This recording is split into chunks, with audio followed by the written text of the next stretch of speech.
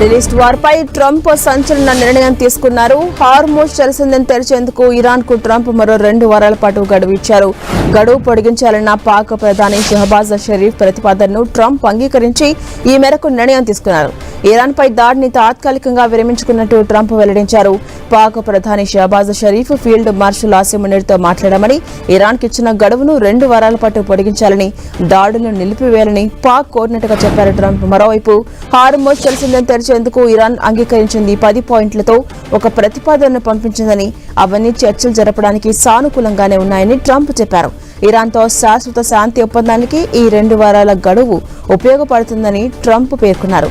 నిజానికి ఇవాళ ఉదయం 5:30 గంటలకే అమెరికా విధించిన డెడ్లైన్ ముగిసింది. అయితే గడువు ముగియడానికి గంటన్నర ముందు ట్రంప్ తన నిర్ణయాన్ని మార్చుకుని మరో 2 వారాల సమయం ఇస్తున్నట్టుగా ప్రకటించారు. పాకిస్తాన్ ప్రధాని షహబాజ్ షరీఫ్ ఫీల్డ్ మార్షల్ ఆసిమ్ మునీర్ చేసిన విన్నపం మేరకు తాము ఈ నిర్ణయం తీసుకున్నట్టుగా ట్రంప్ తన ట్రూత్ సోషల్ ఖాతాలో పేర్కొన్నారు.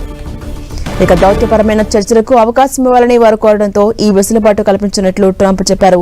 ఈ 2 వారాల విరామ సమయంలో హార్మోజ్ జలసంధిని వెంటనే మరియు పూర్తి స్థాయిలో తెరవాలని ట్రంప్ షరతు కూడా విధించారు.